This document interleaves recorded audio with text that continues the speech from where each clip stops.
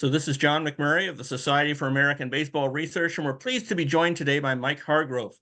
Mike played 12 seasons in the major leagues from 1974 through 1985 with the Texas Rangers, San Diego Padres, and the Cleveland Indians. He was the 1974 American League Rookie of the Year and an All-Star in 1975 with the Texas Rangers. Mike went on to manage in the major leagues for 16 seasons with Cleveland, the Baltimore Orioles, and the Seattle Mariners, including managing Cleveland to the World Series in 1995 and 1997. He's an alumni ambassador with the Guardians today, and we are recording this interview with Mike's permission on March the 14th of 2024.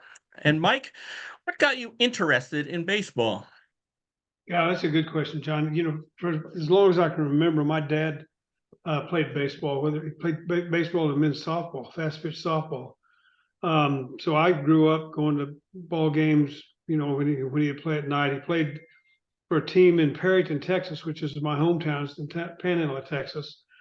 They played all throughout the summer, and I went to all the games and got interested in the sport at that time. Probably, to tell you the truth, my favorite sport is really probably football. I mean, I really enjoyed playing football. I ended up playing it a little bit in college. And a funny deal is that when I went to school on a basketball scholarship of all things, I got tired. You know, after my freshman year, we'd been at it since, gosh, the middle of August. It was in the middle of February, 1st of February, and all my friends were going out having a good time. And you know, I was not in season at that time, so I wanted to go do the same thing with them. And Dad called one day and said, "Are you going to play baseball?" And I said, "You know, Dad, you know, I thought about it." I said, "But you know, I don't think I know. I don't think I can play with the guys at this level." So long story short, Dad talked me into trying. And so I walked on and made the team, and the rest is history. But had it not been for my dad making the special effort to call me, I mean, he didn't beg me to do it. He said, "Look, you tried. If you don't like it or you can't compete, then you don't have to do it. But give it a shot." And I'm glad that he did because of the way things turned out. You were born in Perryton, Texas. I know that your high school did not have a baseball team. You played defensive back and punter in football, but not having a baseball team in high school had to be a little jarring. Well, it was different. You know, I didn't run track. You know, the only thing I run for in my life was run for the dinner table. So I didn't run track. I was on the golf team. We had golf, and I asked our golf coach, his son was a real good friend of mine, and I asked him, I said, why don't we have a baseball team? And his answer was, well, the weather's too bad and too inconsistent. So instead of playing baseball in the bad weather, we played golf. So that was the reason they just didn't have a baseball program. They do now, but they didn't then. And you were known for having very quick hands. Did playing those other sports help you to develop your hand-eye coordination? Well, you know, it probably did. I think the good Lord blessed me with good balance and good, you know, quick feet and quick hands. And the talent to play sports. I was just a good athlete. You know, whatever sport I played, you know, I didn't necessarily excel at it, but I was good enough to compete. Yeah, you know, quick hands and quick feet in professional sports, especially baseball, is so important. Now, you accepted a basketball scholarship to Northwestern State College, now known as Northwestern Oklahoma State University, and wanted to ask about your time there, and particularly your time playing baseball. You were a consistent hitter, but at the same time didn't have a lot of power and didn't have a lot of speed, so it didn't fit the traditional mold of a first baseman, perhaps. Well, you're right. It didn't, you know, and that continued throughout my career. I didn't hit a lot of home runs. I was more of a gap hitter, line drive type hitter. That's kind of the way it went for me. You know, that probably is why my career as a player didn't last longer than maybe it should have, because I didn't hit for a lot of power. I wasn't just a little popcorn hitter. I drove the ball, but it just seemed like when I hit my best shots, they were line drives and not long fly balls. And you did graduate with a degree in education, and then you moved to Liberal, Kansas, about 50 miles north of Perryton, and you worked in a meat packing plant. You played semi-pro ball for the Liberal BJs. How important was that experience in getting you to the major leagues? Well, I think it was very important at that time. The Liberal team was called the Liberal BJs. Was one of the premier college teams in summer college teams in the country. Along with the teams, in Alaska and in Boulder, Colorado, and Liberal and the Cape Cod leagues. So it was important because it allowed scouts that probably previously didn't see me play, and that allowed them the chance to see me play a little bit. And so I think it was very important, the exposure of playing with being from a small school. There's always that question: well, you're successful at a small school, how would you have done competing against larger school athletes? And I think it showed that I could compete with those, because the guys I played with in Liberal and against, were people from Texas and Oklahoma and Oklahoma State, and USC and and UCLA, but people like that from around the country. So I think it maybe answered some questions in their minds, at least to the point to where they felt like I was draft eligible. And so you wound up being drafted in the 25th round by the Texas Rangers. On the one hand, you had to be glad to be drafted, but being drafted in the 25th round had to give you some pause. Well, when you're I think I was 20, 21 years old at the time, and that was your aspiration, your dream was to play professional baseball. I think just getting drafted anywhere was exciting, but you're absolutely right. 25th rounders are usually chosen to fill out rosters, so the high draft picks have a chance to play on a team. But sometimes sometimes they pick a guy like me low in the draft, and it's kind of a diamond in the rough kind of thing. I think Don Mattingly was the same way. He was a low draft pick. So there's sometimes they get lightning in the bottle, and thankfully they took a chance on me. He rose from semi-pro ball to the American League Rookie of the Year in really 2 years. What do you think was the biggest factor in you being able to make that transition, which is uncommonly done? I think number one, being a good athlete. I think the biggest thing is that I have very good, and still do have very good hand-eye coordination, and I never have struck out a lot. I always put the ball in play. I'll never forget that we were playing in winter ball and in instructional league. First year that Rangers had it in years. And Bob Short, who was the owner of the ball club at that time, and Billy Martin flew in to watch us play for 4 or 5 days. And when Billy walked in the stadium, we were playing. I can't remember the team we were playing against. The left-hand pitcher was on the mound, and I hit probably one of the longer home runs I'd hit in a long, long time. Just as he sat down and looked up, I hit that, and I think the connection was formed there to where they seriously looked at me as an invitation to big league camp as a non-roster player, and I wasn't on the 40-man roster at that time. And they again, they took a chance. I can't help but believe, and I don't mean to get real personal here, but I can't help but believe and see God's hand in the trajectory that my life and my career has gone. For it's just too many things have happened to me to me and for me and against me in my career, not to believe that the good Lord didn't have his hand in what was going on. You had a fine season with Single A Gastonia in North Carolina, and you wound up in the Florida Instructional League in 1973, and you were scouted there by Billy Martin, who had taken over as the Rangers manager. Can you describe your relationship with Billy Martin and how his admiration of your style of play led to your arriving in the major leagues? Well, I have nothing but respect and admiration for Billy. We had a good relationship. He believed in me and showed it, a number of times. For me, he was probably one of the best tactical managers that I've ever seen. He would, for instance, we had a game in Oakland one time, and Chuck Tanner was anyway, the manager. I can't remember what his name was, but he was a well-known manager at the time. We're playing in Oakland against the A's back, and this was in '74. and it was a tie. It was a tie ball game. We had a runner on third base with 1 out in the 8th inning, and Billy. He liked to announce sometimes what he was going to do to kind of show off, but he said, "Look," he said, "they're figuring that we're gonna squeeze here, so they're going to pitch out, so we're going to put the take sign on and take." And they pitched out ball 1, did the same thing ball 2, same thing on the 2-0 count. He said they still think we're squeezing. I'm putting the take on. They went ball 3. He said, "Okay." He said, "Now they're going to throw a strike and we're squeezing here." Put the squeeze on a 3-0 count. And they threw the ball down another plate.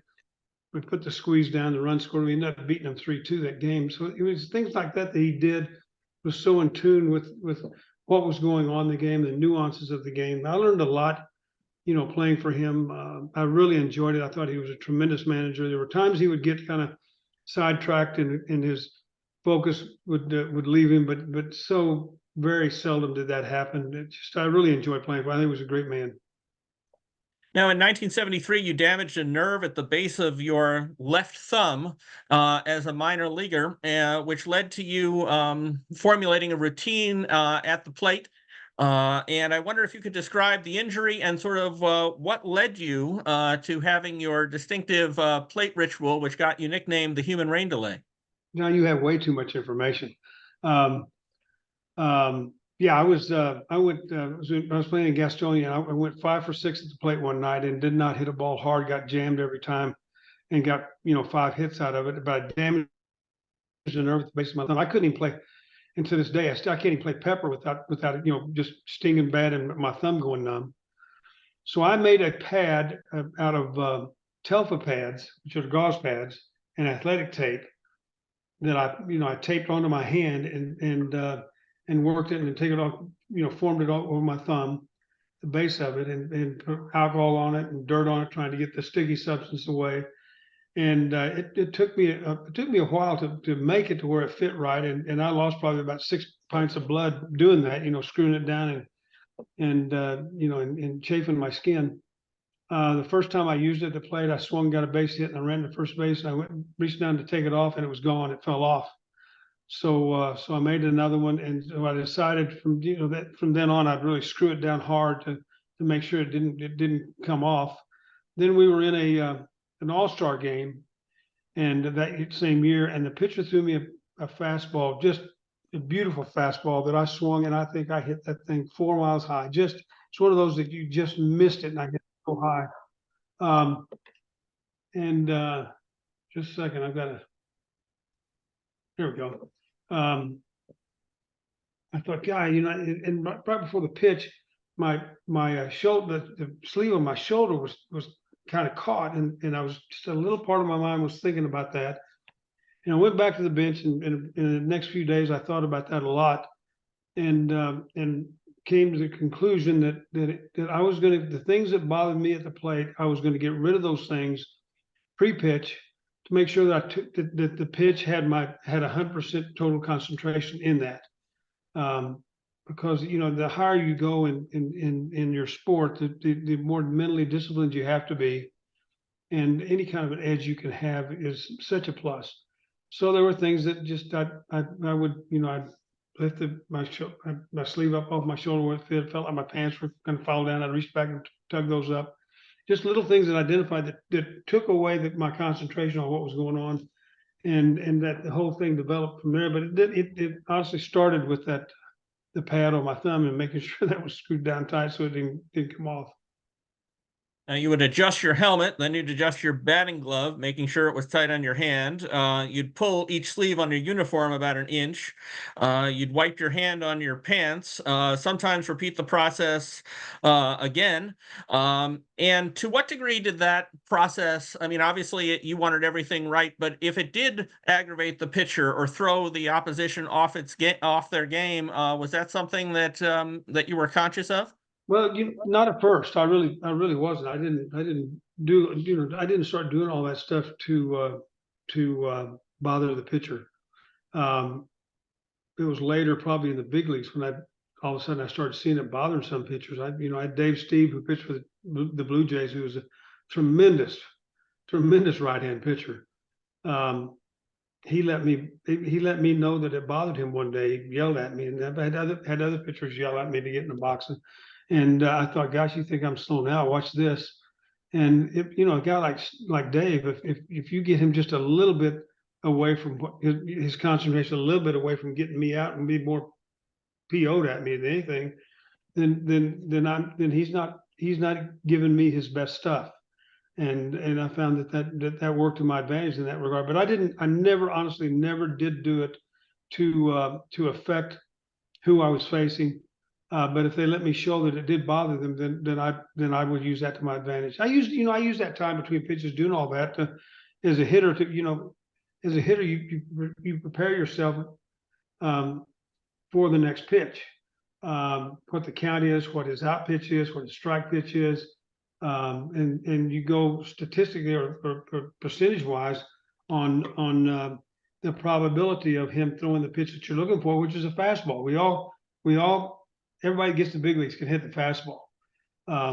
That's what we all hunt. And if I could work the count to get to that, to where I was 90% sure he was throwing a fastball, then the odds were in my favor. So I use that time to think about, okay, he just threw a curveball. The count's now 3-1. He didn't want to walk me. He's the chances have gone from 75-25 to 90-10, and I'm going to get that fastball now. And I would set on the fastball. And I use that time between pitches to get myself mentally prepared for that. Does that make sense? Yeah. So you get to the Rangers in 1974. You're a 24-year-old rookie, and wound up being the team's most consistent hitter. But the Rangers weren't a particularly good team coming off of their 1973 season of 57 and 105. What was it like getting to Texas at that time? You're platooning with Jim Spencer at first base. It was a dream come true, John. I mean, it really was. Playing in the big leagues. I mean, that's I think that's every kid's dream. And no matter how bad the team was before, you have a chance to affect maybe that it's going to be better. And we were. I was one of the rookies along with Jimmy Sundberg, a good friend of mine, was my roommate. We were both rookies together, and we added people like Fergie Jenkins and it was just we turned it around from 105 losses to be finishing second in our division that year. You were not a power hitter. You were someone who hit to right center a lot. Was that something that was that your aim, to be a gap hitter? I tried as a hitter to stay in the middle of the field from left center to right center. I didn't want to pull off pitches. I didn't want to be so late that I was hitting things down straight away left field or down the third base line. So I tried to, as a hitter, I didn't worry about launch angle and exit velocity and things like that. I tried to stay in the middle of the field and give myself a chance to hit to the most productive spaces. It always bothered me, when baseball went to the shift, that hitters who had good power, opposite field power, didn't take advantage of that and stay in the middle of the field. They just kept trying to pull the ball it wasn't, for me, it wasn't a real productive thing for hitters to be hitting into the meat of the defense. So I tried to stay in the middle of the field to where teams had to really play me pretty honestly straight up. One of your teammates was Jeff Burroughs, who had an outstanding 1974 season, an MVP season. Tell us about Jeff Burroughs that season. Well, I hit third and Jeff hit fourth that year. And Jeff it was the MVP year for him that year, and he drove in a lot of runs. I was asked the question one time, why, hitting 320, why didn't I drive in more runs? I said, because by the time I got around to it, Jeff was there, and there weren't a whole lot of runs to be, to hit. I hit behind him sometime too. There weren't a whole lot of runs to drive in with Jeff hitting. So, but yeah, Jeff had a great year. Played right field for us and had a lot of power to all fields. And at that time, the ballpark in Texas, prevailing wind blew in from right field. It blew in hard. So it wasn't a real home run hitting park that really, unless you were just so strong and hit the ball so far, it wasn't a good thing to try to hit home runs in Arlington Stadium. Now, in your 1974 season, June 4th, you played in the game, the famous beer night game in Cleveland. And that was influenced in part by a scuffle that the team had gotten into with Cleveland a couple of games prior. Can you describe for us that scene and what you remember about beer night? Oh God, John, that was first of all, that was my first impression of Cleveland. That was my first trip ever into Cleveland, Ohio. At the time I hadn't hardly been out of the state of Texas my whole life. So it was a little different going to a big city like that. I remember, it started off fairly benign. I think the radio, there were a few radio personalities at that time that really played up the fact, let's get the Rangers before we got into town because of the scuffle we had in the previous series in Texas with the Indians. And it started out, none of us really thought much about it, worrying about, it happening, what happened. Started off with people running from right field bullpen to the left field bullpen between innings. They started one inning, it was 2, the next inning was 5, the next inning was 20, and the next inning it was 30. And had a lot of style. I had about 4 pounds of hot dogs thrown at me, and I remember an empty gallon jug of Thunderbird wine hit about 10 foot behind me, and I kicked it off the field, thinking the ground crew would come get it. And they didn't. And some guy jumped out of the stands, ran over, picked the bottle up, and went back in the stadium. I thought, well, I'm going to be revisiting that jug of wine, in a few innings. But they never threw it back, thank goodness.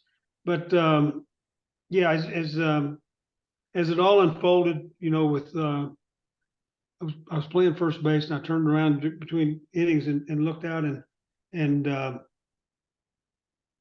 the fans were milling around Jeff Burrows in right field, and they weren't just running back and forth. Now they were around him, picking at him and yelling at him and grabbing a hold of him. Somebody grabbed his hat, and that's when I took off for right field. And then what happened. I know for a fact that had the Indians players not come out and helped us, it would have been a real nasty thing. But they did, and we were able to all get back. I think one of the Cleveland pitchers hurt his finger or got hurt somehow, and the umpire Nestor Shylock had his hand cut open with a piece of glass.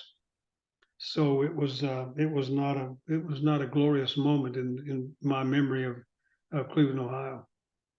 Given that was your first interaction with the city of Cleveland, it had to feel odd to come back and play later. Did you hold any kind of grudge against the city because of beer night? No, not really, because it never happened, and never felt that that level of animosity going back in there as a player. The opposing player. When I got traded to Cleveland from San Diego, I was so happy to get out of San Diego because things just were not working at all for me there. And when I came in, the fans of Cleveland accepted me and really made me feel good about being an Indian. And even though we weren't very good at the time, I felt good there. I felt good enough there that we've made it our home for the last 35 years. Now, back to your time with Texas, in your second season with the Rangers, you wind up getting moved to left field in May of that season. How did you feel about switching to the outfield, at least for a while? Yeah, that's John. I was just so happy to get to play more that I would have sat on the top of the flagpole and waved the flag for at bat. So that didn't bother me at all. I caught what I could. Not being I've always in my whole life I've always been real quick. For 10 yards I can stay up with anybody and probably beat you, but past the 10 yards, I've got no chance. So I had to pay attention to, really pay attention to how we were defending hitters, but I enjoyed it. I did enjoy it. It got me at bats. It got me playing time. Like I said, I would have sat on top of the flagpole for at bats. So it didn't bother me at all. You were named to the All-Star team in 1975, and tell us about your experience there. Among other players in that game was Henry Aaron. Yeah, I got a chance. I got a chance. It was in Milwaukee, and Sharon flew in for the game, and you got a chance to see people that you'd think you'd never in the world be within 50 feet of ever. I got to see Henry Kissinger. I got to sit and talk with God, what's the country western singer's name? Glenn Campbell. It was and a chance to personally meet Henry Aaron and shake his hand, and it was a 3-day deal that you wouldn't trade the memories for anything, and it was just a real honor and exciting, and it was just everything you would think it would be. The Associated Press reported that 96,000 fans from Perryton, Texas, helped to get you into that game. Well, tell us about that. Your one at bat, you pinch hit for Steve Busby, faced Don Sutton. Yep, I got to the plate, and John, I was so nervous that I couldn't. When I got ready for the first pitch, my eyes kept blinking to the point that it was real distracting. And Don threw a fastball up and in that I barely got out of the way of, and that settled me down. I hit a fly ball to right field, just hit it off the end of the bat a little bit and got out to the warning track. You always talk about pitches you'd like to have over. That's one I'd certainly like to have over, but it was a blast. And yeah, there's 96,000 fans in Perryton, Texas. Of a town, it was only a town of 10,000 people, so they did me right. Now, in 1976, by this time, Frank Lucchese has taken over as manager. Had moved you back to first base, but at the same time, you had a difficult season in the field. And for people who think of you as a slick fielding first baseman, that may be a bit of a surprise. What happened that season? I got in some bad habits, and the infield in Texas was really hard and fast, and so balls got on me a little quicker than I was able to adjust or had not adjusted to. Sandy Alomar Sr. was on that team. I played with him, and he played second base for us. And Sandy at that time was toward the end of his career, and I spent hours every day before games, and we would talk about the correct fielding positions and what it was I was doing wrong, and it was a season-long process, but it certainly paid off. I'd always had good hands. But I was just technically I just was screwing things up terribly, and didn't allow my good hands to take to really make a difference. But yeah, Sandy worked with me. Him and one of our coaches named Connie Ryan was our infield coach. They worked with me every day for months, and it paid off in the long run. You had some ups and downs in Texas. The team had a rough end to the 1976 season. Lenny Randle had a big confrontation with Frank Lucchese. How were things going at that time from your point of view? Well, it was spring training at the time when the Randle Lucchese deal happened. We were playing the Twins up in Orlando somewhere. I can't forget where they trained. And I was in the training room. A good friend of mine, Bill Ziegler, was the trainer of the Rangers. I always ended up in the training room, talking with him while he worked. And we were sitting there before the game, just talking. And a photographer from Tulsa, Oklahoma, who had been following us around, comes running in the training room. He says, "Trainer, quick, get some tape. Somebody's hurt." We ran out there, and by that time they were setting Frank down in the runway, a little breezeway. And you could tell he was not good, and tape wasn't going to help. Then found out that that Lenny had done what Lenny did. I don't know what it was. I know at the time that I know that Lenny was going to leave spring training. Gaylord Perry and myself went over and talked to Lenny. He was packing his bags to leave. This is before this happened, and we talked him into staying. It wasn't going to help if he decided to walk out. He should have been our second baseman.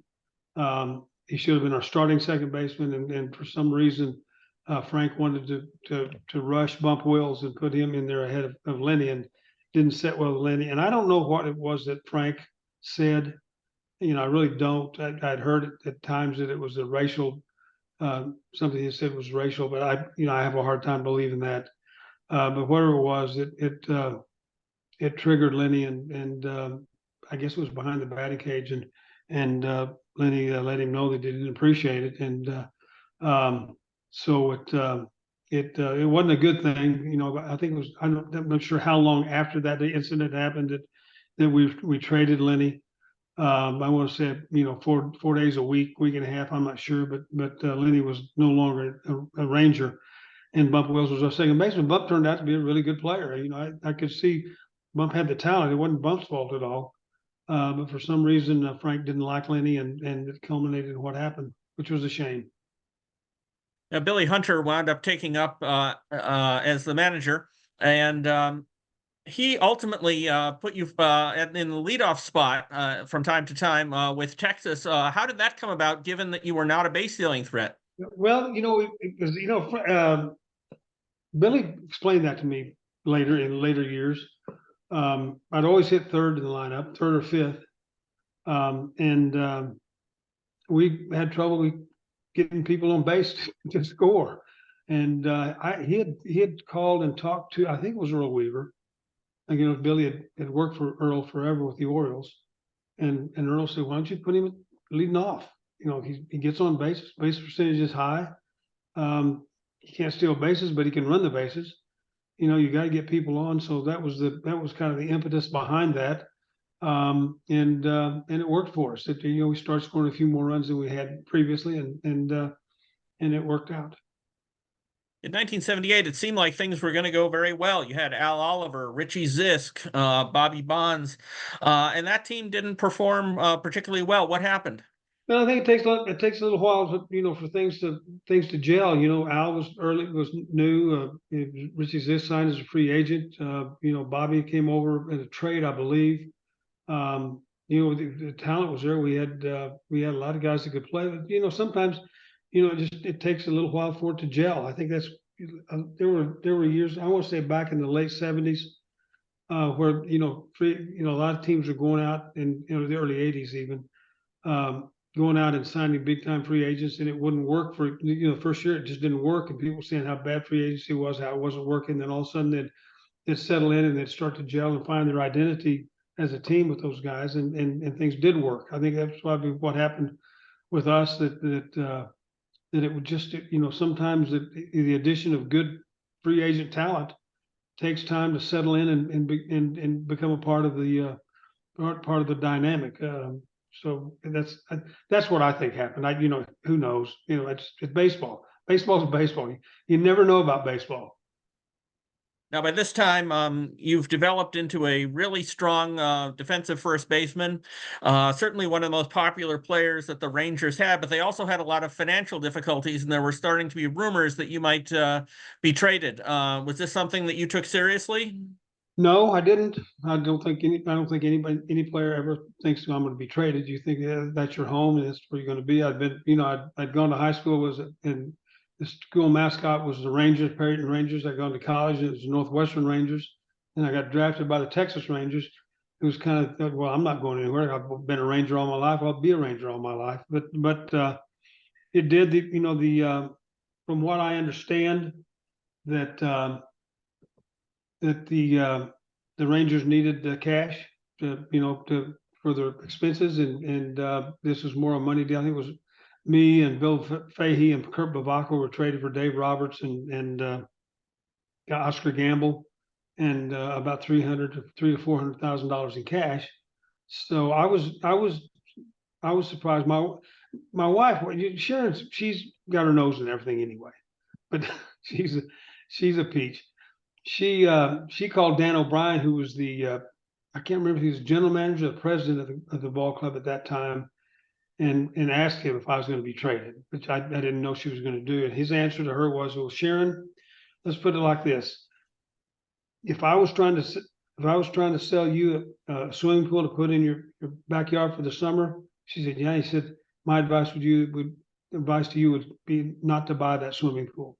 So we kind of figured that it was going to happen, and when it did, I didn't react very well to it. Eddie Robinson, Eddie Robinson was the general manager at that time, and Dan was the president of the club. So I said some things that I to this day regret saying about Eddie, because Eddie was a good man. He did a good job. He's a great ball player, and I regret saying those things about him. But sometimes when you're 25, 26, 27 years old, you don't necessarily think with your, about what you're saying and how hurtful it can be. So San Diego's on paper seemed like it would be a good situation. It was the kind of ballpark where you'd be able to hit into the gaps. You had Dave Winfield, Ozzie Smith had been there, Gaylord Perry. What went wrong in San Diego? Um, you know, John, I don't necessarily know. I think that I got into some bad. I hit 250 for the Rangers the previous year. That's the lowest I'd ever hit.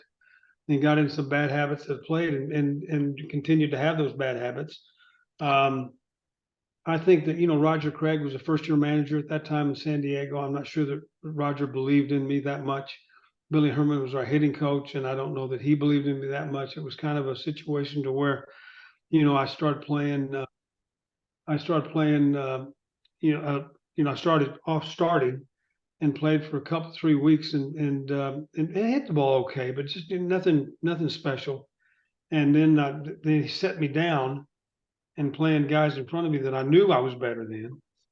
Um, and I went to Roger and I said, Roger, what's the deal? He said, Mike, he said, when I put you in there, get you a couple of hits and I can leave you there. I said, I understand that. I do. And I went back and I think it was 3 days later, we were playing the Braves that came into town and I went 3 for 5 and with a couple of RBIs and then didn't play again for 2 weeks. So that kind of burst that bubble for me. So at the time, I went to Bob Fontaine, who was our general manager, and asked him to trade me. I said things aren't working out here. It's obvious that the manager and the hitting coach and the ball club didn't believe in me. I don't blame them. I don't blame you. But I think it'd be better for me and for you if you traded me to somewhere where I could have a chance to be a player that I know that I can be.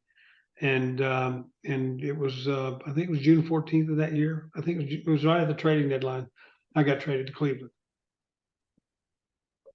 So you get to Cleveland. How did you feel about joining the Indians? Obviously, Andre Thornton was at first base at the time, which didn't leave an obvious position for you. No, I ended up playing quite a bit that year in left field, um, and I was happy to get the chance to play. I didn't care where it was. I didn't care who it was for. I just wanted the chance to play. Joe Nossick and Dave Duncan, two of the coaches there at the time, especially Joe, who I'm really close to, is a really good man, a good coach. They took me, we had a indoor batting cage back under the center field bleachers. And we went in there, like it was with Alomar and Connie Ryan in my defense. We went in there every day for a month and a half, 2 months, and worked on things that my hands were. I remember Joe telling me, he said, Mike, he said, I watched you hit a lot. I never remember your hands being so high to start with, way up here. So we dropped my hands down and different things, and it just started slowly but surely. It wasn't an overnight, fix, but slowly but surely I started hitting the ball and driving the ball again, and feeling like I had a chance. And I owe a lot to as much as I owed at Sandy Alomar Sr. and Connie Ryan, I owe that much and more to Joe Nossick and Dave Duncan because things just took off from there. I've heard you describe Len Barker's perfect game as the highlight of your playing career.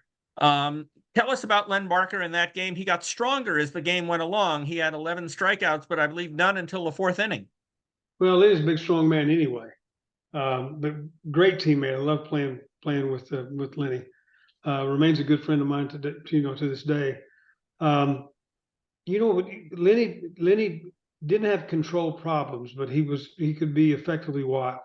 He threw the ball 96, 97, and a nice little curveball. He called it a slider, but it really was a hard curveball. I don't think he got past a 2-0 count. I don't think he ever got to a 3-ball count against any of the hitters in that game. He was on fire. Everything he threw was where he wanted to throw it, and for strikes. I will never forget the ninth inning of that game. We all knew it was a perfect game, playing the Blue Jays and Ernie Witt, who's a dead pull hitter. Dead left-handed pull hitter. So the odds of him hitting the ball toward me were real high. And I'll never forget, and it happened to me at one time. It's never happened since. John, I was concentrating so hard, it was like if you took your television screen and put black crepe paper over the screen and then cut out a little square box with Ernie Witt in the middle of it. That's what I saw in my mind. That's all I didn't see. Everything was black except for that little small square that Ernie went in it as a hitter, and it scared me to death. And like I said, it had never happened before. It never happened since. I was probably the happiest person in Northeast Ohio when he hit that fly ball to center fielder Rick Manning. What was it like playing for those Cleveland teams? I get the sense that it was a good amount of camaraderie, even if you didn't have a lot of success on the field. Well, it was, it really was. Um, I've had a lot of people say, "How in the world did you play for Cleveland?" Because you're out of the race in late August, sometimes earlier than that. But I found that competitors like to compete, and you play hard to win every game, and you don't think about the fact that, hey, this is we're like, it's like we're just not, I'll say something crude. We're not just pissing up a rope. We're really out there trying to do our jobs and do it the best we can. Our problem was that, we'd have a good hitting lineup one year and not a whole lot of starting pitching. The next year we'd get good starting pitching. Our lineup was a little weaker than it had been. We never could put the two together. But they're a good bunch of guys. There were some characters on those teams over the years, but on the whole, guys were absolutely tremendous. Guys like Tom Verizon, second baseman named Jack Perconti, Ron Hassey. Our starting rotation one year had Lynn Barker, Burt Blyleven, John Denny, and God, can't my mind. I'm 74, and sometimes 74 reaches way over me. We had four guys that ended up winning the Cy Youngs later in their career. It was just typical. We'd get one part that we needed, and the other part wasn't as good as it had been. We'd fix that part, and this part would drop down. So it was just a time that we weren't successful, but I played with a bunch of really, really good people. Larry asks, you may not have had much power, but you had a .396 lifetime on-base percentage, 80th all time. These days, that would be really valued. Do you think that ability was appreciated when you played? Yeah, I think so. I really do. I think so. The home run at that time in baseball wasn't the home run that it is now. Yeah, I think it was appreciated at the time. Maybe not as much as you'd want it to be. But somebody has to get on base. You can hit home runs all you want with nobody on, and it's only one run. So I took pride in having a good eye at the plate. I felt that I was a better hitter deeper in the count I could get. And there were a lot of times a lot of times I go to the plate hunting the fastball and just be absolutely determined not to swing at anything until I saw the fastball. And so a lot of times I went to a 2-0 count, but I was a good contact hitter, and it didn't bother me at all to hit with two strikes. Jason would like to know, can you talk about some of your most memorable conversations with players from opposing teams while you were playing first base? Oh God. I didn't talk a lot at first base. There's the one that I keep coming back to mind, and he was a rookie with Boston. It was in September. He was a September call up. He ended up being an announcer, Steve Lyon or something like that. His name was like that. Came down and I'd never met the guy. Obviously, I didn't know his name. And he passed me on the butt. Says, "Hey, big guy, how's the wife and the family? How the wife and kids?" I looked at him and said, "Yeah, you know something I don't know." But along those lines, the conversations weren't deep conversations. "Hey, how you doing? You swinging the bat good today?" I know that when I was playing with San Diego, Pete Rose hit a ball. We were playing the Phillies. Rose hit a ball down the first base line. I dove and made the play and threw him out at first base. And two innings later, he came up and got a base hit, and I'm standing on first base, and he patted me on the back and said, "Hey, kid, great play." So that made me feel good. But nothing deep or extensive in discussing World War III or things like that. It was just you don't really have time to do that. Some of the pitchers that you had great success against included Gaylord Perry and a left-hander, Wilbur Wood. What was the secret to your success against those two very fine pitchers? Well, Wilbur, he threw that knuckleball, and it just so happened that his knuckleball for me wasn't that effective. I will never forget. He got hit with a line drive in the knee one season and was out for a month or 2 months. And his first game back was against us. And he threw a knuckleball, and I hit a line drive right back through the middle. He lifted his leg up and hit him in his instep of his foot, bounced clear over to the third base dugout, and just scared me to death. I thought I thought it hit him in the knee again, and felt terrible about it. When I found out it was foot, I felt a lot better. Gaylord was around the plate all the time. I usually hit pitchers that threw a lot of strikes, or they nibbled, but they were around the plate. They weren't. You could settle in and figure you're going to get something around in 1 or 2 pitches in at a bat to hit hard. And Gaylord was that kind of guy. I'll never forget that I played with Gaylord a lot of times, and I went into a little slump, and I was talking to Gaylord on the bench, and he told me what I was doing. He said, "Hey, Mike, you should spread out. That when the pitch coming in, you're stepping back." I said, "What?" He said, "Yeah, you're stepping back." And I said, "Good gosh, okay." So I shortened up my stride, my stance a little bit, and started stepping forward, and things took off again. And I said, "Now, why did you notice that?" He said, "Well," he said, "there's no telling. There's at some point in time, I'm probably going to face you. So I look at every hitter and see what they do and how they hit and why they hit, and so I can use that against them whenever I'm going to pitch against them later in my career." I always remembered that.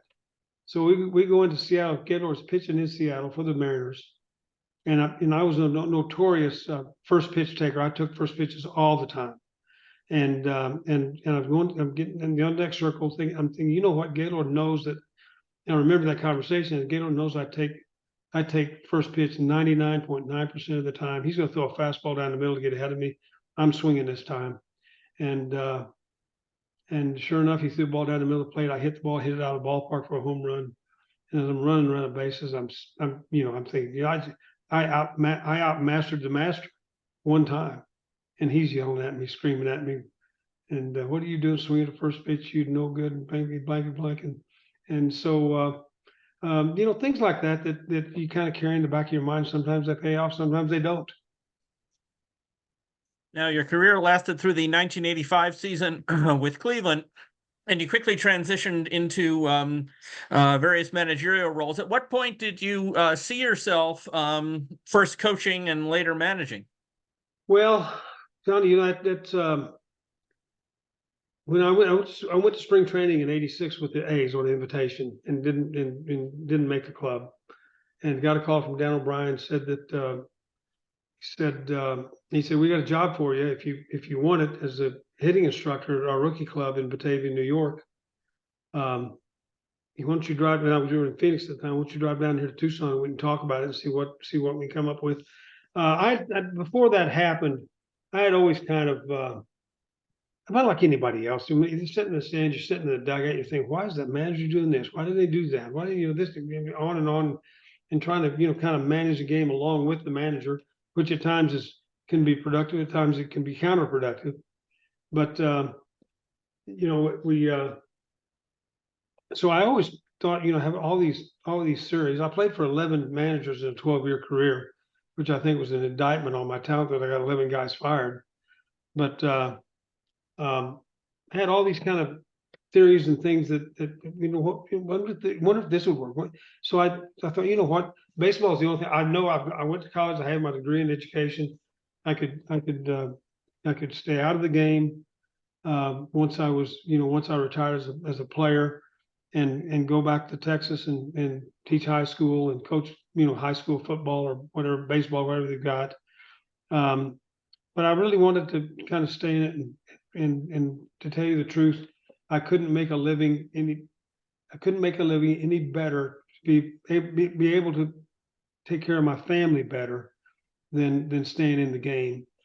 And so when this opportunity came from Dan O'Brien, I drove down to Tucson, and we sat and talked. And so I committed to being the hitting coach in Batavia. He wanted me to go to New Haven, Connecticut, where double A club was, until the short season rookie season started in June, late June.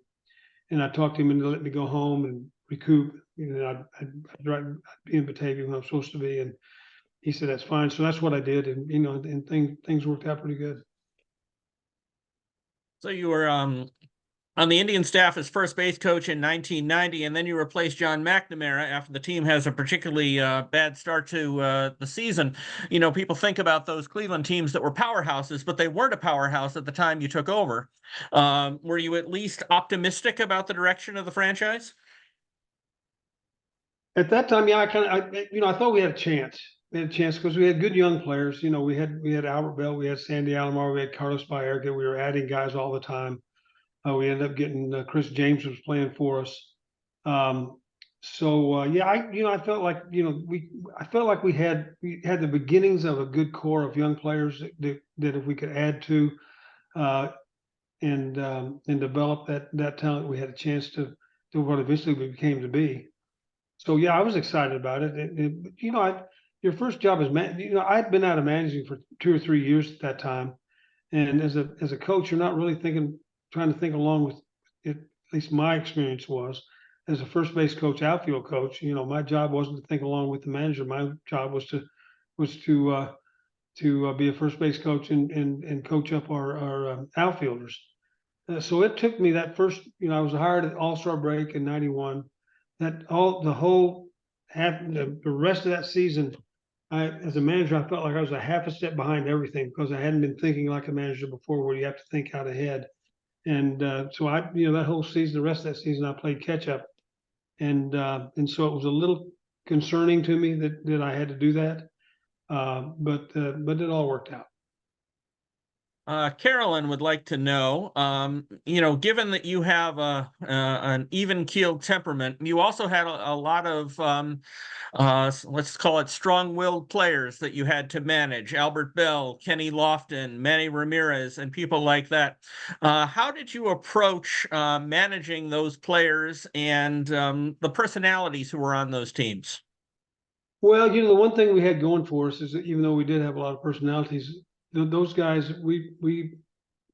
I let them be who they were going to be. I treated them like men, expected them to act like men.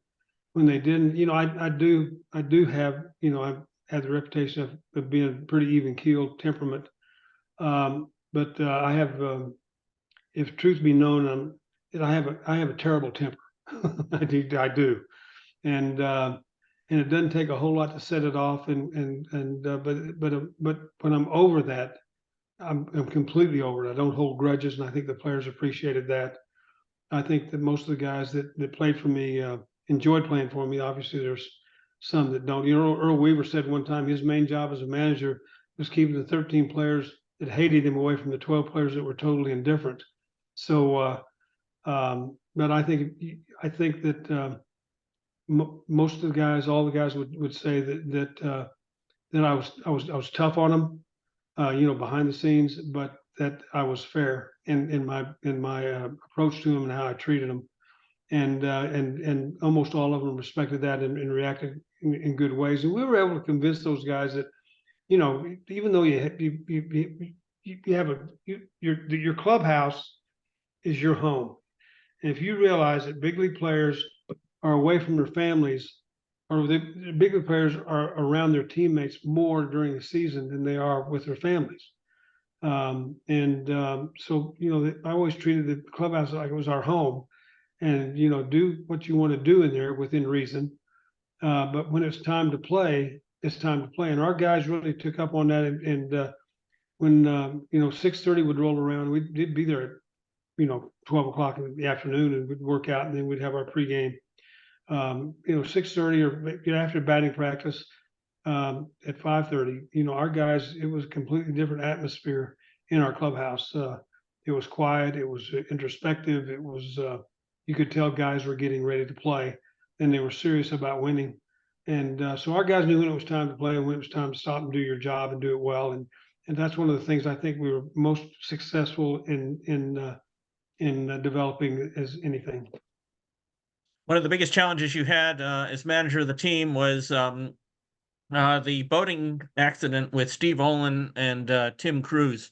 Tell us about what it was like with the team, and how do you console the team after something like that?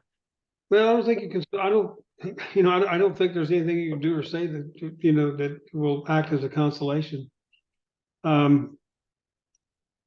I'll never forget getting the call that night right after supper from Fernando Montes, our strength coach, and saying that Steve Olin was dead. At that time, Tim Cruz was still alive and Bobby Ojeda was alive. Rick Adair, who was my pitching coach at the time, him and his family were over having dinner. We were having dinner together. And so we drove out to Little Lake Nelly, got there, and it wasn't good. You had all these little kids running around the Cruz's house and their wives in there. They'd had a party out there. It was our off day. And you looked over across the lake, and it was a small lake. You saw these big lights on, and saw the boat there was far enough away you couldn't see anything but that. And walking into that house, and Sharon went to Patty Olin right away, and all the wives were somber. Some were crying, and it wasn't good. Sharon wanted to take Patty Olin back to the apartment. But Steve had the keys to their car with him, and so I walked out of the house to go over to get the keys, and a deputy stopped me and said, "Where are you going?" I said, "I'm going to go over and get Steve's car keys." She said, "You don't want to go over there." She said, "I'll go over there and get them, and I'll bring them back to you." And I said, "Thank you." So she went and got them, brought them back, and I'll never forget when she handed those keys to me, how moist and cold they were. I don't know why that stuck with me. So I tried to warm them up as best I could before I gave them to Sharon and Patty. Did that, and then Dan O'Dowd and John Hart showed up, and Rick and I got in the car with them, and Sharon and Lou Adair stayed there to help the wives, and we visited met them back at the apartment. But we went over to the hospital in Orlando to see Tim Cruz because he was still alive. His family was there, met them and talked to them, and we left there and we got the bike. Didn't go home. Went straight from there to the ballpark. Got to the ballpark as the sun was coming up, and we went in, me and Danny and Lou, and Rick and John, and sat and talked about what we're doing. We'd called Hank Peters to get some advice on what to do, and so I think we canceled the game that day. We didn't have a formal workout. Decided we'd let guys that came in.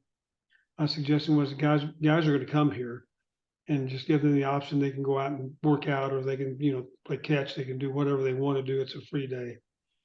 And then they were all in the clubhouse. Excuse me. And I remember Rick and I were walking. We walked outside and came back. There's an outside door to get in, into the side of the clubhouse. And I remember reaching for the doorknob and said, I said, "Dear God, I have no idea what to say or what to do. Please help me."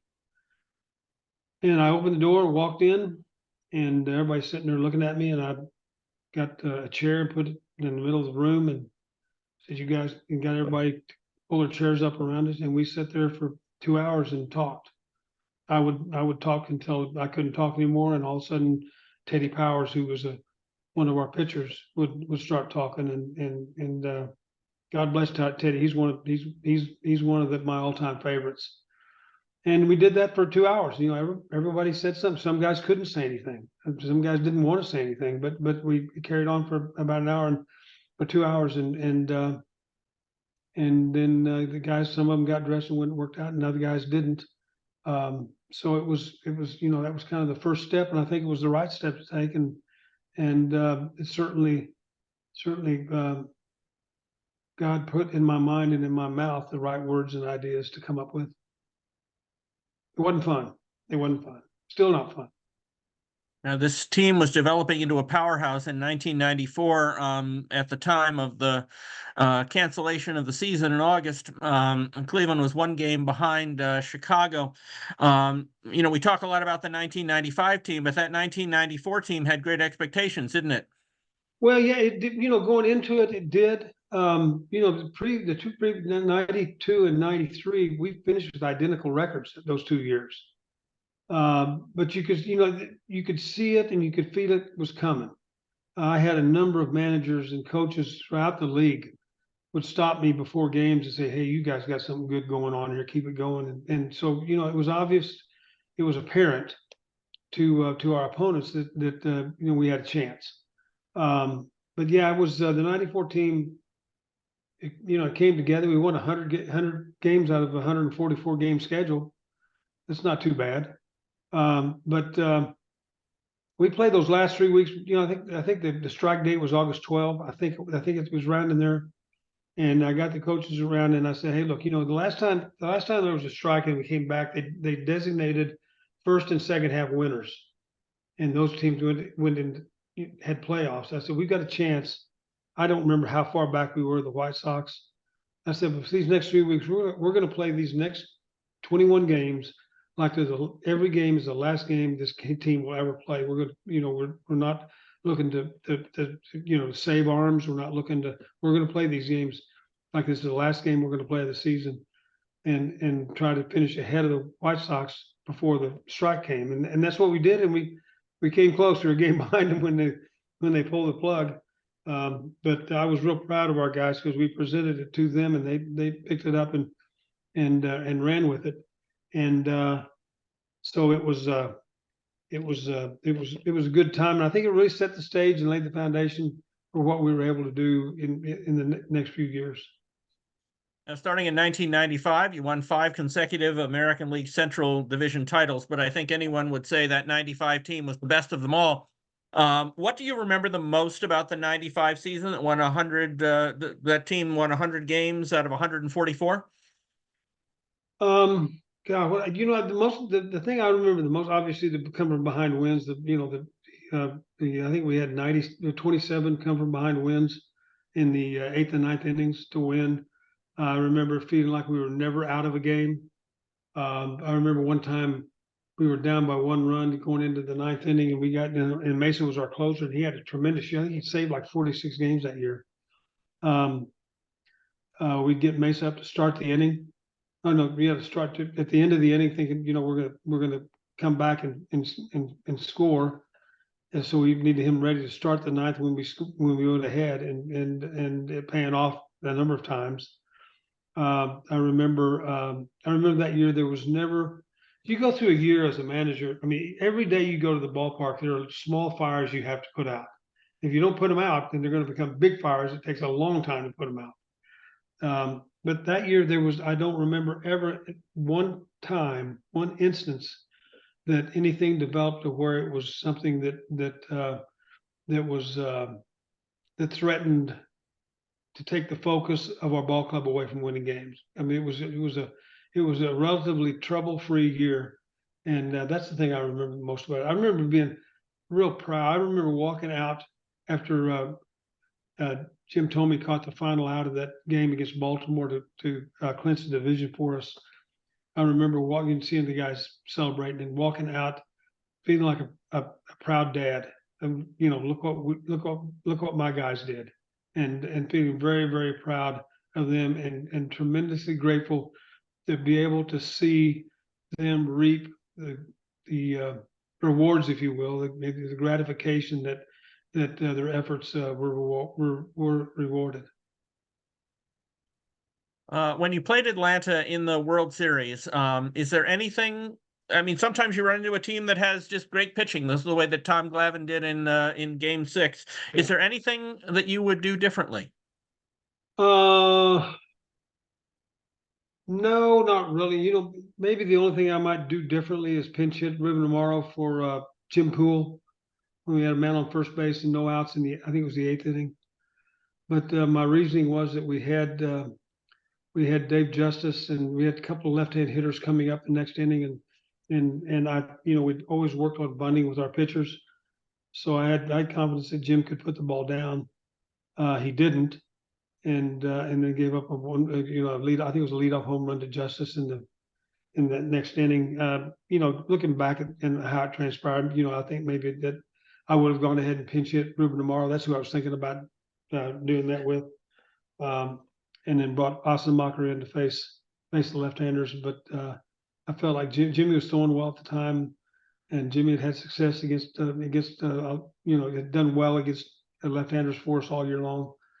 But other than that, no, I can't think of anything at this time that I do differently. I did one differently. I had the umpires call balls and strikes instead of giving the Atlanta pitchers ball 6 inches off the plate. So that's Now, part you of got it. back to the World Series in 1997, but it was also a very different team and one that didn't have the expectations that the 95 team did. How would you compare the 97 team to the 95 team? The 97 team was a team of grinders. I mean, we were grinding every night. Matt Williams was a big addition for us and helped out a lot. A great team leader. But we didn't, that ball club, we never really found our identity until late in the season in Anaheim. And it was Jim Tomey's birthday. And somebody on the ball club came up with the idea that, Jimmy wore his pants, pulled up. Showed his socks. The style of the day was to pull your pants down as far as they'd go, but he had his pants, pulled up to his knees. And somebody had the idea to honor Jimmy for his birthday. We'd all pull our pants up. We did that, our pant legs up. We did that, and we had a great game against the A's. And so we decided to do it again the next day, and we had another great game. And so that kind of became the thing that it was almost like a stupid idea that unified our ball club. And it really took off, and the ball club finally found its identity late in the season, and that's we were able to continue that to get into the World Series. Tell us about Jose Mesa. Obviously, in Game 7, he had been so successful during the course of the season, converting 46 of 48 save opportunities. He seemed like the guy you go to in that situation. What happened?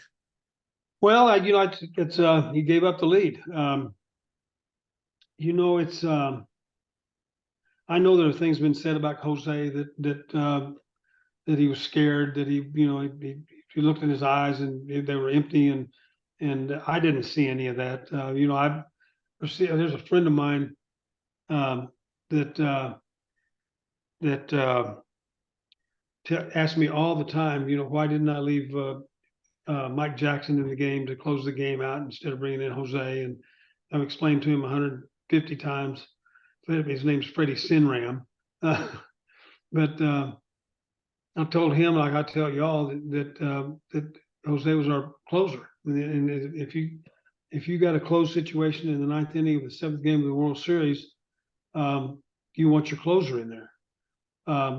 Plus, Mike had told Mark Wiley and myself that, because we'd used him a lot in the playoffs. I mean, a lot, because he was real effective. That he had he said I've got one hitter in me, He said beyond that I'm not real sure, but I can get one guy out. So we brought him in to get us to the 9th, and he got that out, and I brought Jose in, and that it didn't work out. But it's one of those things. Moises Alou, he gets a broken bat base hit into left center field, and then I forget who the next hitter was, hit that ball that they gave Tony Fernandez an error on. I think it was a base hit because it took a bad hop right there at the end, and just things conspired for it not to be successful. The only thing that I was upset about is that when the Marlins catcher was at the plate, Jose had him set up for Charles Johnson? Yeah, Charles Johnson. He'd been throwing fastballs and sliders away, and I think he had a 1-2 or 0-2 count on him. And it was the only pitch that we called from the bench all year long. We called for a fastball in, and Jose refused to throw it. Said no, he didn't want to throw that. And I've told my pitchers forever, if you're not totally convinced that a pitch will be effective, shake it off and throw. Then commit yourself to throwing what you think is best. But know that if I call a pitch, I think I think it's the one. But if you can't commit to that, then a pitch that's thrown uncommitted is a terrible pitch, no matter where you throw it or how hard you throw it. So no, he shook Sandy off 3 times and then threw slider away, and Charles got that little dinky base hit to right field. So that's just it. That may be the only thing that I regret in that, and not insisting that Jose throw that fastball in. You did take some criticism in the contemporary media for handling relievers. And Jim would like to know, how do managers learn how to manage a bullpen, particularly in the American League at the time? With the DH, there's no book or game situation that suggests how a manager should replace his starter for a pinch hitter. Well, I know people say that I receive criticism for how I handle a bullpen. I thought I did a pretty good job. Anyway, you know your pitchers, like Charles Nagy, over the course of his career, kind of established that at the 90 pitch limit, he started losing effectiveness. And little keys like that on guys. You watch your starter, and if his velocity's dropped, obviously, number one, but if his pitches start coming up in the strike zone, you realize he's getting a little tired. Plus the way the lineup sets up, then you can match pitcher for batter. Now you bring a reliever in, he's got to pitch for three hitters, which makes it much more difficult to be able to affect a game as a manager. I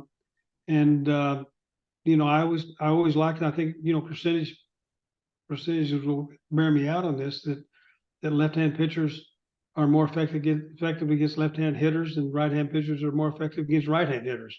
And so when you could, that's what I try to do, especially from the seventh inning on. And I think we were, I think that the results prove that we were right more times than we were wrong. Scott would like to know, how did Billy Martin influence your own managing style? I learned I played for 2 managers that really affected how I managed, Billy Martin and Dave Garcia. Billy, I learned, Billy always used to say, he'd tell us, boys, he said, the first 5 innings are yours. I'll let you play the game. You can win the game. That's great. But I'll stay out of your way and let you play the first 5 innings. The last 4 are mine. And that's when he'd put hit and runs on and steal bases and squeezes and manipulate his pitching staff. So I learned that tactically from Billy more than anybody. Dave Garcia, I learned kind of the human side of managing. That Dave used to tell me, I used to pick his brain.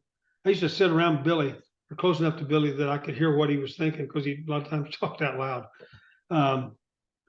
But Dave Garcia, I would pick his brain. And he told me one time, he said, it made all the sense in the world to me. He said, my job as a manager, any manager's job, most important job is to get 100% out of whatever you've got to give that day. And I looked at him and said, what? And he said, yeah. He said, say you and your wife have an argument before you come to the game, and mentally you're only 80% there mentally.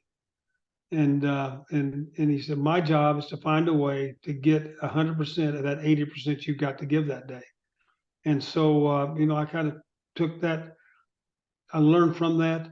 I learned that communication was terribly important from Dave and Billy both. I learned a lot from the other managers I played for of what not to do. I learned that honesty was probably the utmost thing you could have, and I got that from Billy and Dave. I used to tell my players, you can come to my office anytime and ask me any question you want.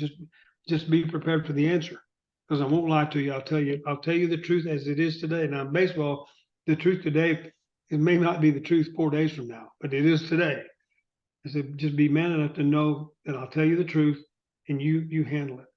And so my players, I think, reacted well to that. I tried to treat them like men, treat them honestly, and I think for the most part it paid off.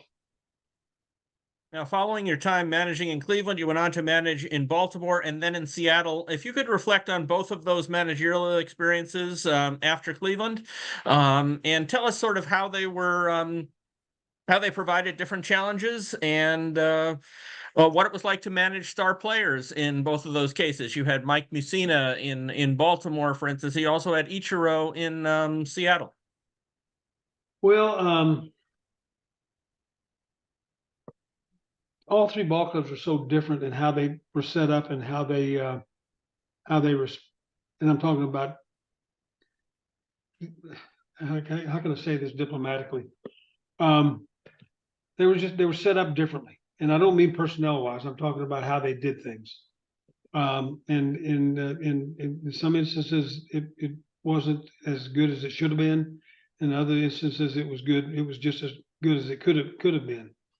In Baltimore, when I took over, we had Ripken, Conine, Anderson. We had a lot of good players, but they were all at the end. Ripken, but they were all at the end of their careers. You know, they were all they were older players. And at the All-Star break, I went to Sid Thrift, who was our general manager. And I said, Sid, you know, we've got an old club. He said, yeah. I said, if by the All-Star break we're not in this thing, and I think it really, you know, the course we have to take is we have to start trying to trade these guys and get younger and build for the future. And we did that. The only problem was that we didn't get really dynamic players in return. I think that we got the players that we could get. I certainly don't fault Sid for that, but our talent level in Baltimore over like I said, 4 years, the talent level was never enough to compete on a daily basis. We could get hot and win a lot of ball games, but we could. We had young players that were learning how to play the game at the big league level, and it's just that combination didn't work. So our talent level was never what it should be to be competitive on a day in and day out basis. In Seattle, Ichiro was Ichiro. I mean, he played hard. He was a tremendous talent, and you know, I had fun watching him hit and play. He did some things that kind of made me scratch my head, and we'd talk about him, and he would make sense when he'd explain to me what he was thinking at the time. You know, it's been rumored that Ichiro and I had problems throughout the time I was in Seattle, and you know, I had no more problems with Ichiro than I had with any other player. We didn't agree on a number of things, but he was respectful and he played the game hard. And that's all you can ask for. Our talent level, we were able to identify some younger players to go along with what we had. We developed JJ Putz into a closer, and he was a tremendous closer for a long time. We had Hernandez as a young player, 19 years old, pitched for us. So it was I enjoyed Seattle. Seattle at that time was a great place to be, a great city to be in. The fans were tremendous, and the Seattle or the Mariner organization was really good to the coaches and players. But just some things happened that kind of soured me on the deal in Seattle, and so I resigned. And after Seattle, you went full circle back to the liberal BJs. What was your thinking there? My wife was my thinking. We were on our way back to Ohio, and we decided to take our time. It was the first time in our married lives where we weren't on a schedule.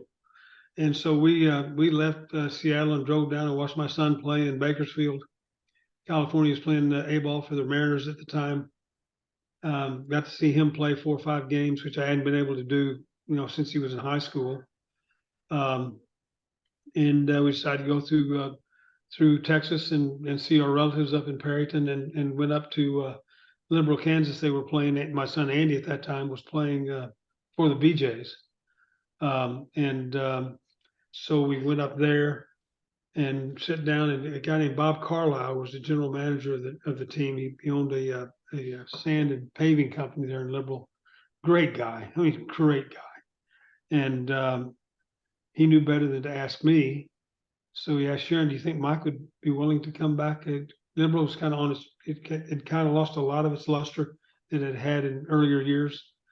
They were having trouble getting colleges to commit their players to come play in Liberal.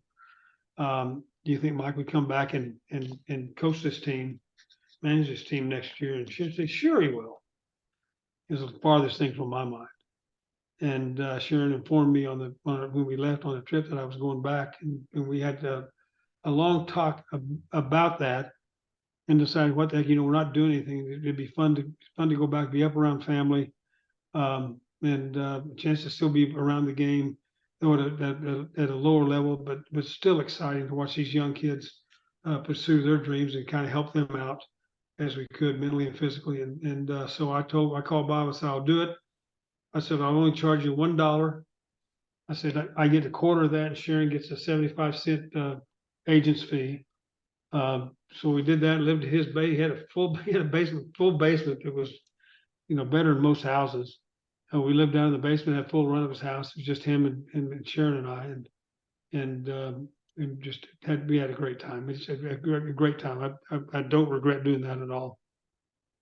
Now, Mike, you're okay on time. I have a number of questions from people, if that's okay with you. I'm fine. Okay. The most common question that I've received is one from Abby and many others. How would the human rain delay handle today's pitch clock? Well, I think I'd be okay. There were certain things that I tried to completely stop doing that. I had a couple of times that the American League sent a representative into Cleveland to talk to me about not doing the stuff that I did, and I tried to stop it, and I found that I was totally unprepared as a hitter from pitch to pitch by not doing it. So I told them the next time they came in, I said, I'm not doing that anymore. This is ridiculous. It's something that works for me, and it's my career we're talking about. So I'm going to stop. There were things that probably I could have eliminated to make it easier, but I'd have been okay. I'd have been all right. And Heather wondered, do you think that your routine might have been a factor in leading to the pitch clock? Well, if it was, I sure waited a long time to do anything about it. So I don't know. There were a number of guys that took as long as I did. Mine was just identifiable because I did the same thing every time. But you get hitters. A guy had hitters that would swing, and then they'd walk around, back to the batting circle and around and fix this and fix that, and and come back into the box, and it wasn't as apparently lengthy as my routine was. But there were guys that did. Garcia Parra, Nomar did the same thing. Maybe not as long as I did, but he did the same thing as I did every pitch. So I don't know that. I'm sure that my name was brought up in the discussion whether or not to do something about that, but I don't think that. Like I said, if I was the catalyst for it, they sure waited a long time to do something about it. Mike would like to know which pitchers gave you the most trouble, and which ones did you feel you had the most success with? Remember a pitcher by the name of Blue Moon Odom, pitched for the A's? I had trouble with him because he'd fall off. He was right-hand pitcher. He'd fall off to this side he'd fall off to the left side with his body, and then throw back here with his arm. So I had to really, really concentrate on where his hand was going to come through. And that was a little disconcerting, especially the first 3 or 4 bats I had against him. But I had trouble against him. Ron Guidry was tough on me. I didn't necessarily like facing Ron, but he was awfully good. And the pitchers, interestingly, one of the pitchers I enjoyed hitting the most was Catfish Hunter. I hit him well. I hit Don Sutton really well. So those were the pitchers. Usually it was ironically, my rookie year, a writer, somebody came to me and showed me the statistics on my batting averages against pitchers, and I had much better batting averages against Cy Young Award pitchers than I did against just the everyday pitcher. Les would like to know, you managed many great players, including Hall of Famers. Who do you think was the best player you managed and the favorite player that you managed? The favorite player I managed was Sandy Alomar Jr. I really enjoy Sandy. We're good friends to this day, but it's hard to be friends with a player, when you're managing them. But he was my favorite because he played hard and played the game the right way, and demanded that the players around him do the same thing. The best player that I managed, gosh, there were so many. Adrian Beltre comes to mind. I really enjoyed managing Adrian. Kenny Lofton, Albert Bell was a great player. He was a great hitter. and really worked and turned himself into, at least an average outfielder. Manny Ramirez has probably had the sweetest swing I've ever seen of anybody. Jim Thome, heck, Jim was like Sandy. Jim played the game the way it's supposed to be played, and then hit the ball when he hit it 14 miles. Had a great eye at the plate. So I mean, it's hard to say who the best player that I managed was, but I mentioned a few, and there are other players that I had that really fit that bill. Jim would like to know, having pitchers near the end of their careers like Dennis Martinez and Oral Hershiser, what kind of impact did they have on the team beyond their playing? Well, tremendous impact. I mean, they're the guys that have been there, done that. The fact that toward the end of the career they were still effective made it even better. But they had both been in the playoffs and World Series. They had both been had successful careers, and they both took their job seriously as a player, as a pitcher, but as a leader. And they didn't shy away from that leadership. Well, they didn't push it on anybody, but they certainly were there to lead, and they did a good job of that. Tom would like to know who your favorite major league teammate was. Oh gosh, probably Toby Harrah. Toby and I played together in Texas, and we played together in Cleveland. And Toby coached for me for 1 year. Toby and I both had the same birthday. He's a year older than I am, but Toby was Toby. He was probably the best athlete I've ever been around. Was Toby, and could affect the game in so many ways. But yeah, he's probably my favorite. Still is. Another Tom would like to know, do you remember Dave Steeb's Labor Day no-hitter against Cleveland in 1990? And what are your thoughts about it? I do remember it, and I don't think about it at all. Jason would like to know, as a player who played before widespread steroid use and a manager during the steroid era, what are your thoughts on whether steroid users should be allowed in the Hall of Fame? I don't think they should be allowed in the Hall of Fame. But as far as I never saw it. I never saw players administering the steroids. I never saw it. I saw things that I look back on now that I realize are probably a result of the steroids. But it wasn't something that was talked about when I managed. It wasn't an issue. I was totally surprised when Kaminsky came out and said that he thought that 80% of the players in the big leagues at that time were using steroids. I never saw it, never saw any hint of it. And I was shocked that he would say that. I thought he was so totally wrong. But now that I look back on it, he was probably more right than wrong. But I don't think they should be in the Hall of Fame. I really don't. As we finish our time tonight, Mike, I wanted to ask you what you feel the highlight of your career was, whether playing or managing. Golly, the highlight of my career. I had so many good things happen to me as a player and as a manager. It's hard to pick one thing. I'll tell you just off the top of my head. I was a rookie player playing for Billy Martin, and at the time I'd been platooning. As a hitter, and just played against right-handed pitchers. And we're playing a game against Detroit. And the game, we were in extra innings, and we had a runner on second base and 2 outs. And John Hiller, you remember John Hiller, the left-hand pitcher for Detroit? He was our closer, and he was nasty. And I'm sitting there in the on-deck circle thinking I'm going to get pinch hit for, and Billy let me hit.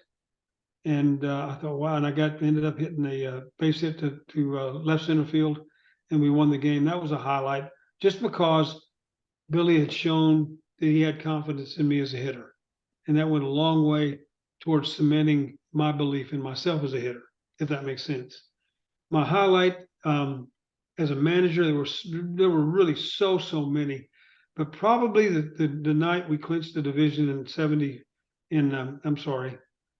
95, when Jim Thome caught that foul ball against the Orioles to end the game, and where we clinched the division. My first thought was, we just ended 40 years of nothing. We just finished 40 years of frustration and brought a championship the Indians and the Indians fans. I had a dad. I'll tell this real quick. I had a dad. We used to do these press tours prior to seasons, and when I was managing, we went somewhere down south. I can't remember what that was. I can't remember where it was.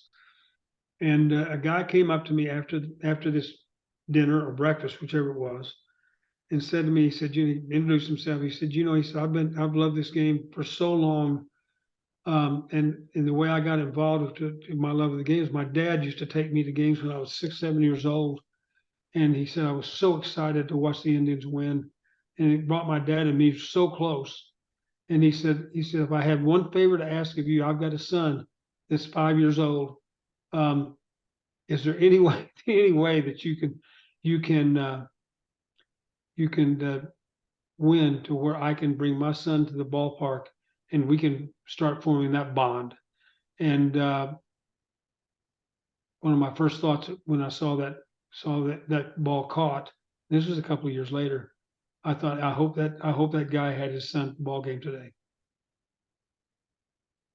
And Mike, how would you like baseball fans to remember your career? Well, I told a writer in Amarillo, Texas, a long time ago when I was with the Padres. He said, "What do you want to be remembered as?" And I said, "Well, I'd like to be remembered as a player that went out there and gave everything I had every night, no matter what the score was. That if you as a fan came to the ballpark to watch me play, which I can't believe anybody would do, but if you came to the ballpark, that you felt like the effort that I gave you that night was worth however much money you spent for that ticket." And I would like to be remembered for that. I'd like to be remembered for a player that while not a superstar, that I certainly twinkled every now and then, and became a better than average major league player and a productive major league player. I said the sad thing is that when I'm through playing, people are going to remember me for that idiot that takes so much time between pitches. So that's kind of where it's been, and that's okay. That really is okay. But I'd like to be remembered for what I've been remembered for now, and I'm good with that. Mike Hargrove, you've been extremely generous with your time, and it has been such a delightful 90 minutes with you. And I wanted to thank you for being with us tonight for our SABR Oral History. You bet, John. It's been my pleasure. I've enjoyed it.